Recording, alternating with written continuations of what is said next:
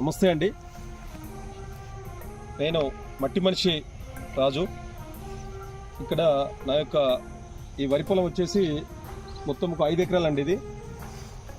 దీని యొక్క వెరైటీ పేరు సూపర్ అమన్. మంచి వెరైటీ.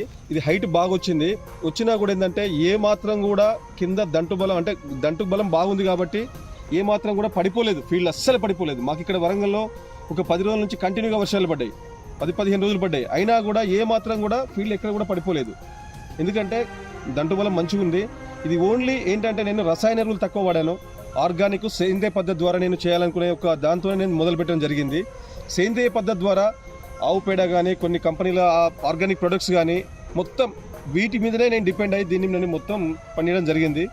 ఇంకా నెక్స్ట్ అంటే నేను ఇంకొక 30 ఎకరాలు కూడా వచ్చే రబీక్ కానీ ఖరీఫ్ కానీ మొత్తం ఆ పద్ధతిలోనే వెళ్దామనేది అనుకుంటున్నా.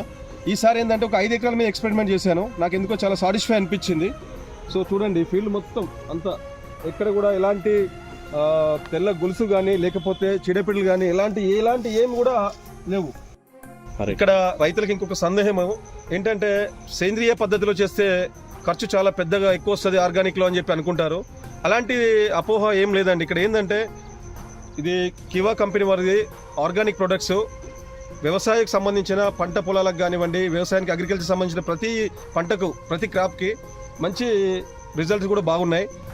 ఈ కివా కంపెనీ ప్రొడక్ట్స్ సబ్సిడీ పోను చాలా తక్కువ రేట్లో మనకు అందివ్వడం జరుగుతుంది కంపెనీ వారు కూడా. నేను కూడా ఆ ప్రోడక్ట్ వాడాను, ఒకసారి చూశాను. అన్ని రకాలు కూడా ఆర్గానిక్ ప్రొడక్ట్స్ ఏదైనా కూడా అంటే మొత్తానికి రసాయన ఎరువులు తగ్గించే ప్రయత్నంలో మనం ఒక రైతు రావాలి బయటికి. రసాయన ఎరువుల నుంచి బయటికి రావాలి. మనం ఒకేసారి కాకుండా కొంచెం కొద్ది మనం రావడం జరగాలి. అలా జరిగితేనే రైతుకు లాభం జరుగుతుంది. అలాంటి అప్పుడు కూడా రైతు ఒక్కడే కాదు, అతని ఆరోగ్యంతో పాటు 1,000 మంది ఆరోగ్యాలు కూడా బాగుపడతాయి. ఎందుకంటే రసాయన ఎరువులతో పెస్టిసైడ్తో మనం పండించే పంట ఎంతో మంది తింటున్నారు.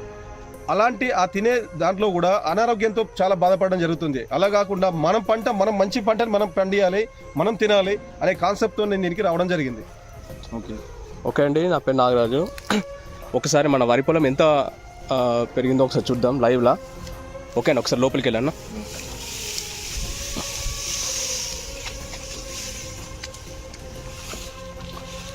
సో మొత్తానికి అవ్వట్లేదు.